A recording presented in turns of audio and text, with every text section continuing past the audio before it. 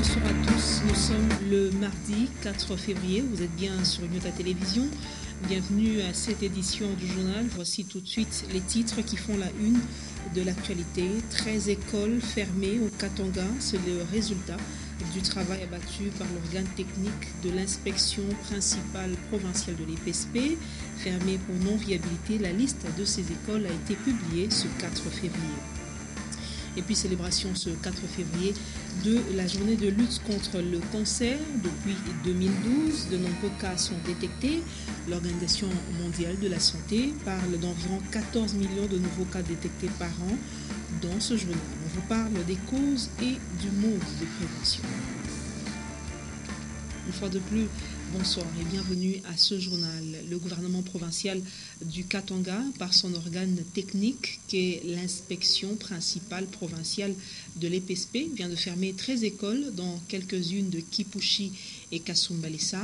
La liste de ces écoles fermées a été publiée par Nicolas Niangué, inspecteur principal provincial de l'enseignement primaire, secondaire et professionnel. Et les candidats finalistes de ces écoles doivent se faire identifier et présenter les préliminaires comme autodidactes.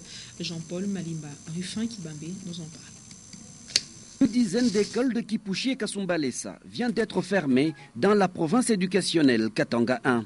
Elles sont accusées de la non-viabilité, du caractère fictif et sans adresse fixe. Nous avions, n'est-ce pas, fermé des écoles. C'est entre autres Umoja wa Kristu, Ngomba, Abekiwila, Utukufu, Uzamini de Kipushi. À Kasumbalesa, nous avons Don de Dieu, Lufungulo, Pentade, Ski La Fontaine, Okapi 2, Jean Biche, La Grâce et autres. Ces écoles viennent de s'ajouter à la longue liste des plus ou moins 30 écoles fermées en 2012 et 2013. Il faut noter que cette mesure vise à assainir le secteur éducationnel dans toute la province du Katanga afin de permettre au gouvernement provincial d'avoir un nombre réel de candidats finalistes dont il prend en charge la grande partie de frais à l'examen d'État. Une mesure de grâce est accordée aux élèves finalistes de toutes ces écoles frappées par cette mesure de fermeture. Ils doivent d'abord s'identifier à l'inspection principale provinciale, puis s'enregistrer pour les épreuves préliminaires prévues le dimanche 23 février et par conséquent considérés comme autodidactes. Pour Nicolas Niangué, inspecteur principal provincial, ceux des élèves finalistes qui vont négliger ou rater cette première étape ne pourront également se présenter à la dissertation, l'oral de français, la pratique professionnelle et même à la session proprement dite. Pour rappel, le gouvernement provincial, à travers l'inspection principale provinciale, compte poursuivre avec cette mesure de fermeture des écoles non viables, fictives et sans adresse fixe sur toute l'étendue du Katanga. Et je l'ai dit en titre, ce 4 février, l'on célèbre la journée mondiale de lutte contre le cancer. Cette maladie qui, quand elle attaque un organe, elle ne le lâche pas. À l'occasion de l'édition 2014, l'Organisation mondiale de la santé tire la sonnette d'alarme sur l'évolution du cancer, vu que le nombre de personnes atteintes par cette maladie a augmenté depuis 2012 pour atteindre environ 14 millions de nouveaux cas par an. Les détails, c'est dans cet élément de reportage. La journée mondiale de lutte contre le cancer a été instituée par l'Organisation mondiale de la santé depuis plusieurs années. C'est une maladie caractérisée par une prolifération cellulaire anormalement importante au sein d'un tissu normal de l'organisme, de telle manière que la survie de ce dernier est menacée. Cependant, les facteurs de risque sont internes quand il s'agit d'une induction par un agent infectieux, mais aussi externes en cas d'exposition à des substances cancérigènes dans l'alimentation ou à des conditions telles que l'irradiation. Des études scientifiques concluent que seuls 5 à 10% des cas de cancer sont uniquement attribués à des facteurs génétiques contre 25 à 30% au tabagisme. Les régimes alimentaires, dont l'alcool, sont aussi concernés avec 15 à 20% aux infections. Dans son rapport intitulé World Cancer Report de l'année 2014, l'OMS prédit une hausse considérable du nombre des patients atteints de la maladie à travers le monde, notamment dans les pays en développement, avec près de 22 millions de nouveaux cas annuels attendus à l'horizon 2030 contre 14 millions en 2012 selon le rapport mondial de l'OMS publié récemment. Plusieurs types de cancers sont en augmentation. Si, dans certains cas, cette progression est facilement liée à des facteurs à risque identifiés, dans d'autres, il est difficile d'attribuer à ces facteurs précis cette augmentation. Globalement, en 2012, les cancers les plus fréquemment diagnostiqués sont ceux du poumon et du sein. On note également les causes les plus fréquentes du décès par cancer, c'est entre autres les cancers de foie et de l'estomac. Et pour l'année 2014, l'OMS réfléchit sur l'évolution de la maladie et de la bataille mondiale contre le cancer qui ne pourra pas se gagner qu'avec des traitements. D'où il faut mettre en œuvre d'urgence des mesures de prévention efficaces pour éviter une crise des cancers. Et les causes du cancer sont souvent externes. Elles sont liées à la consommation excessive de l'alcool, à certaines composantes chimiques contenues dans les aliments ou à l'exposition à certains milieux professionnels. Et dans ces cas, le cancer peut être prévenu, même si jusque-là, la maladie, il faut le dire, reste incurable. Il existe de nos jours plusieurs sortes de cancers. Les explications sont du docteur Noah Mutangala. Il est au micro de Léon Magloire Monga et Freddy Boukele. Le cancer est une maladie. C'est un terme qui est utilisé pour désigner une maladie pour laquelle certaines fonctions n'arrivent plus à se réguler normalement. C'est notamment la fonction de contrôler la production des cellules. Vous avez des facteurs externes que sont l'alcool. L'alcool à outrance peut conduire au cancer. Certaines infections sexuellement transmissibles peuvent conduire au cancer. Certaines alimentations, certains types d'aliments que nous consommons, avec tout ce qu'il y a comme ingrédients que nous utilisons pour produire les aliments, tous les conservants qui sont mis pour conserver l'alimentation qui est produite. Certaines expositions, par exemple les gens qui travaillent à côté, les pompistes, ceux qui sont en train de mettre du carburant dans les véhicules. C'est des produits benzéniques qui peuvent à la longue entraîner un cancer. Vous avez les différentes émanations qu'il y a sous la ville. La fumée en elle-même, elle peut aussi contribuer au cancer. Donc, à partir de cela, vous comprendrez que connaissant les différentes causes qui peuvent être à la base de ce cancer, en ce moment-là, on peut arriver à faire une prévention ou à guérir le cancer. Et pour clore ce chapitre lié à la lutte contre le cancer, sachez qu'il n'y a pas que les adultes qui sont atteints par le cancer. Les enfants aussi sont touchés par cette grave maladie.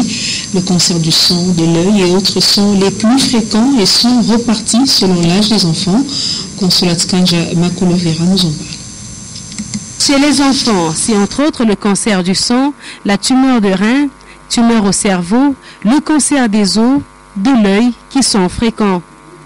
Et à Lubumbashi, c'est aux cliniques universitaires que sont transférés tous les enfants identifiés comme atteints du cancer. Et parmi les facteurs à la base de cette maladie, les pédiatres parlent des causes biologiques, génétiques, héréditaires et aussi chimiques. Les types de cancer varient selon l'âge des enfants. Et dans les habitudes, il est conseillé dans le cadre de la prévention contre cette maladie de bien préparer et cuire les aliments, de bien conserver ces aliments, éviter de consommer ceux avariés ou encore les arachides de mauvaise qualité qui contiennent un agent cancérigène. Les aliments périmés, il faut les mettre hors de consommation parce que vous pouvez dire que vous avez consommé des aliments moins chers. Ces aliments à la longue peuvent être onéreux et aussi quand il faut se protéger contre les intempéries, il faut bien se protéger contre les intempéries. C'est-à-dire quand il fait chaud, bien se couvrir, s'il faut porter des lunettes anti-solaires, il faut porter des lunettes anti-solaires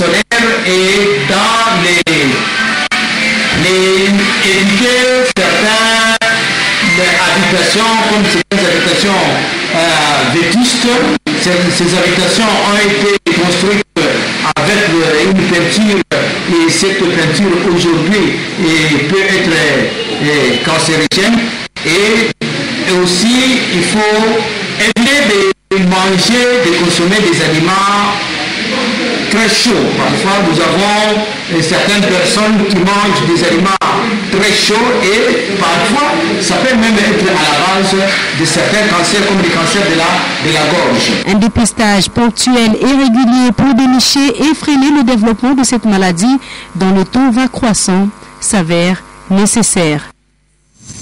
Et toutes nos excuses pour la qualité pas très bonne de ce son. On va parler autre chose. La rencontre des ministres provinciaux de la République démocratique du Congo pourrait bientôt produire le résultat escompté.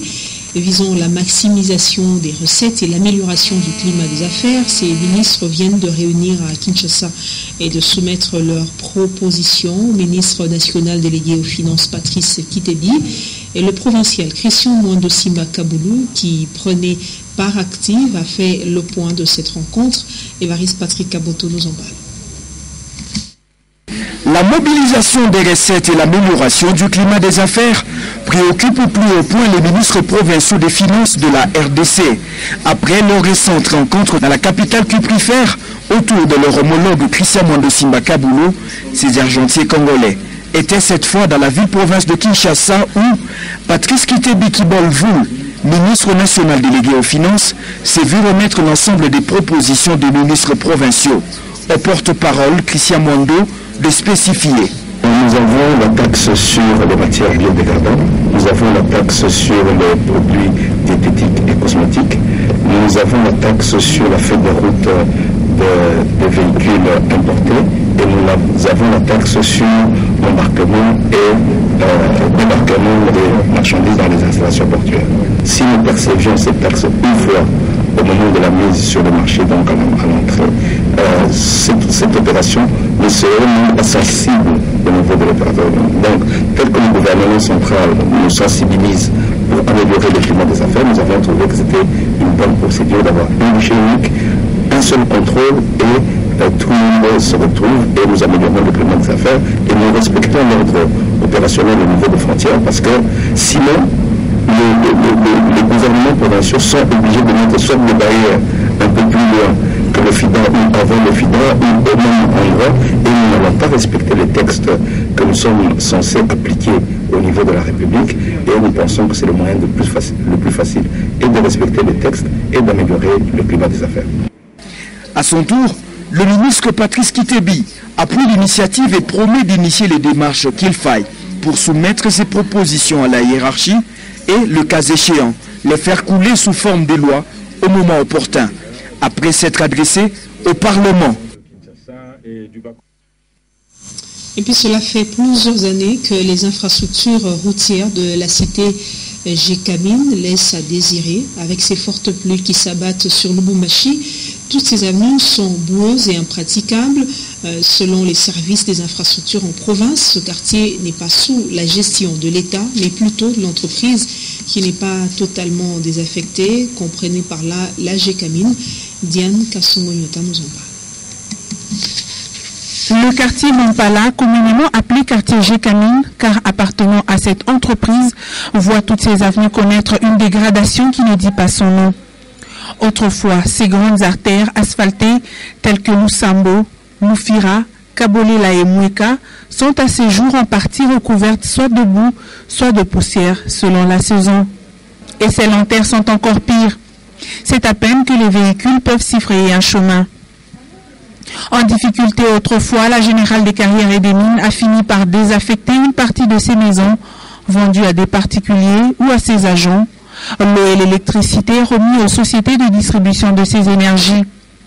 Pourquoi ne désaffecte-t-elle pas complètement la cité afin qu'elle soit à la gestion de l'État pour que ce dernier s'occupe de l'entretien des infrastructures routières, puisqu'à présent, des guest houses et des cantines de cette cité lui appartiennent encore?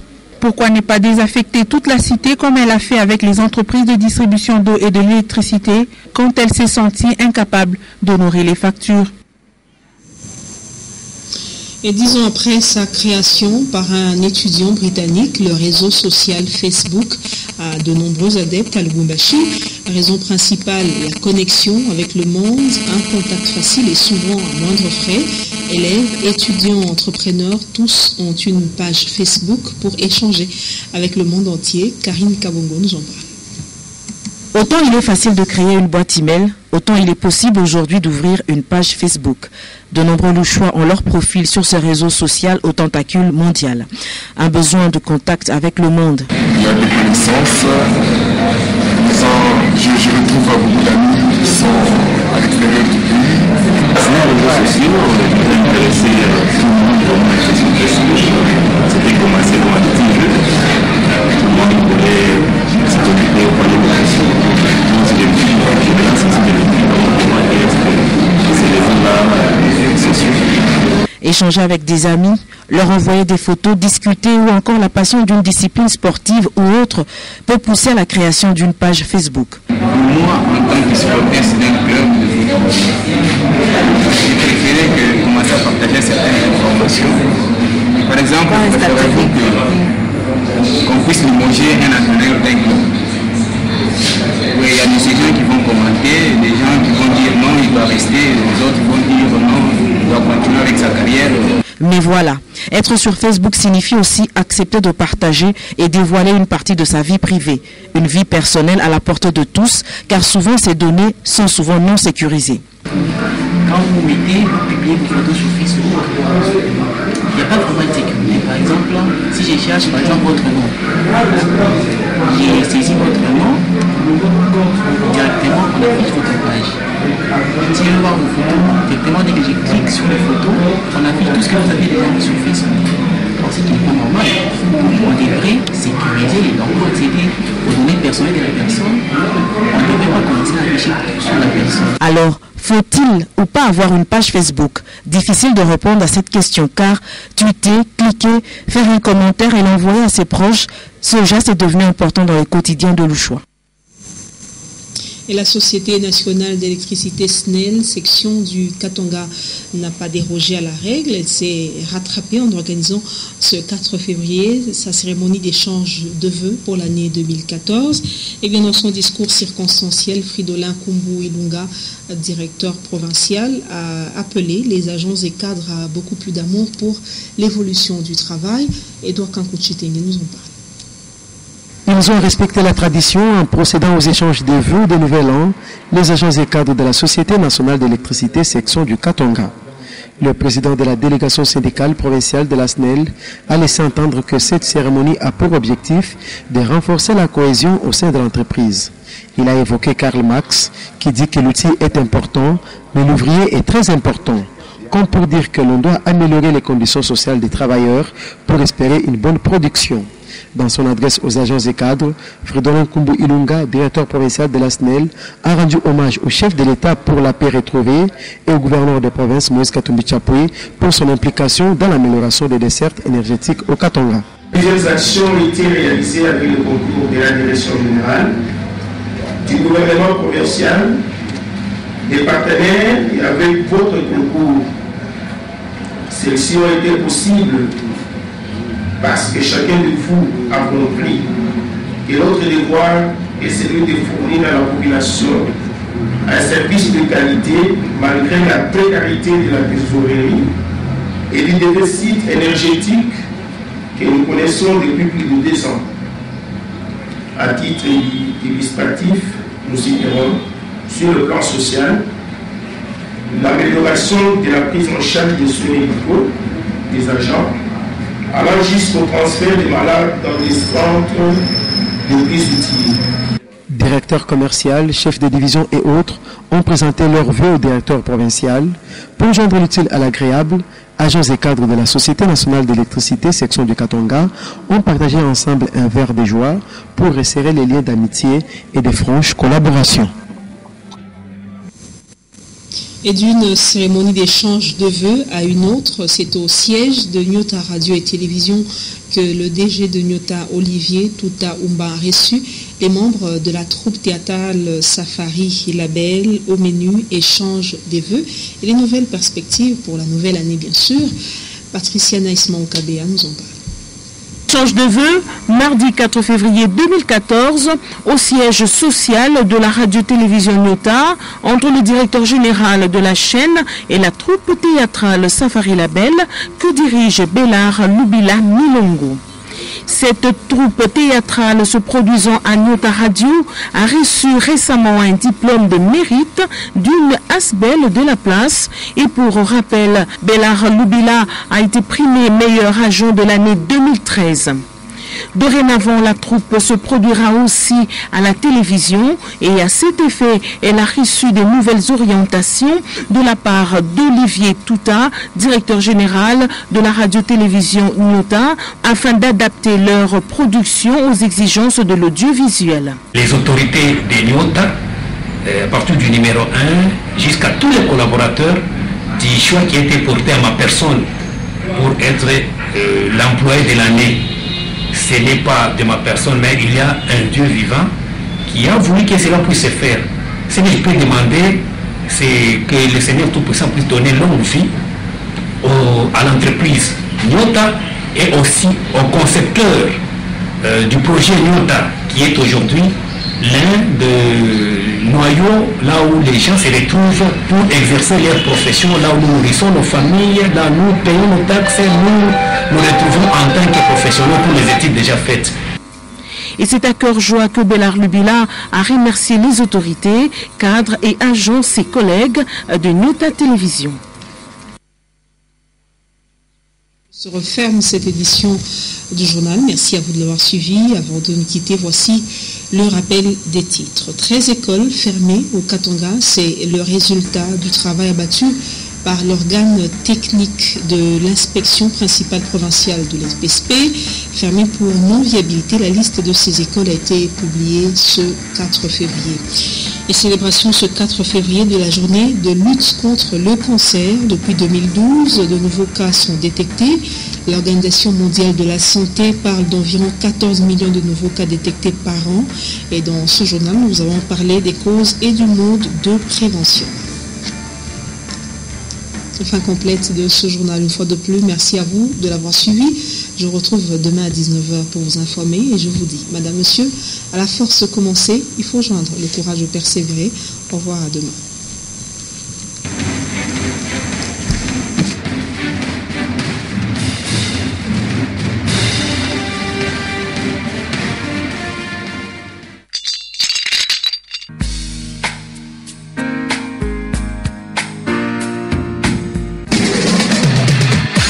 Musicale, voice track, gestion publicitaire. Nyota FM. Et un support technique, c'est sur Nyota. Écoutez, c'est une nouveauté.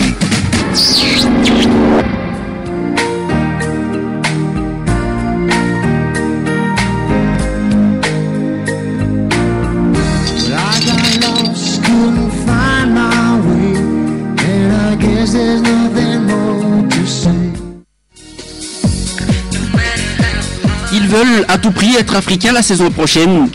Pour y arriver, les Angéliciens de Sa Majesté Sangabalinde de Mbujimai doivent d'abord livrer un grand match ce mercredi 5 février contre les Kamikazes de Lubumbashi Sport, qui restent intraitables à la maison.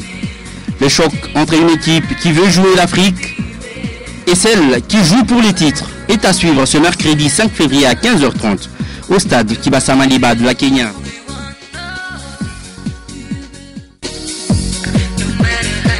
Le spectacle du football africain est de retour au stade TP Mazembe de ce samedi 8 février 2014, sur les coups des 15h30. Les Salésiens du cercle sportif Don Bosco reçoivent en 32e de finale de la Coupe de la CAF les Ougandais de Victoria University. Les Salésiens veulent mieux faire en Afrique cette saison que la fois passée, et pour y parvenir, ils ont besoin de votre soutien maximum. C'est samedi 8 février 2014 à 15h30. Pour accéder aux installations du stade TP Mazembe, les conditions sont si simples. Débourser 3 000 francs congolais pour les tribunes latérales A et B, 5 000 francs congolais pour la tribune centrale. Une place dans les tribunes d'honneur A et B vaut 10 000 francs congolais et $50 américains pour la tribune VIP. Venez donc très nombreux soutenir l'un des représentants congolais en campagne africaine cette saison.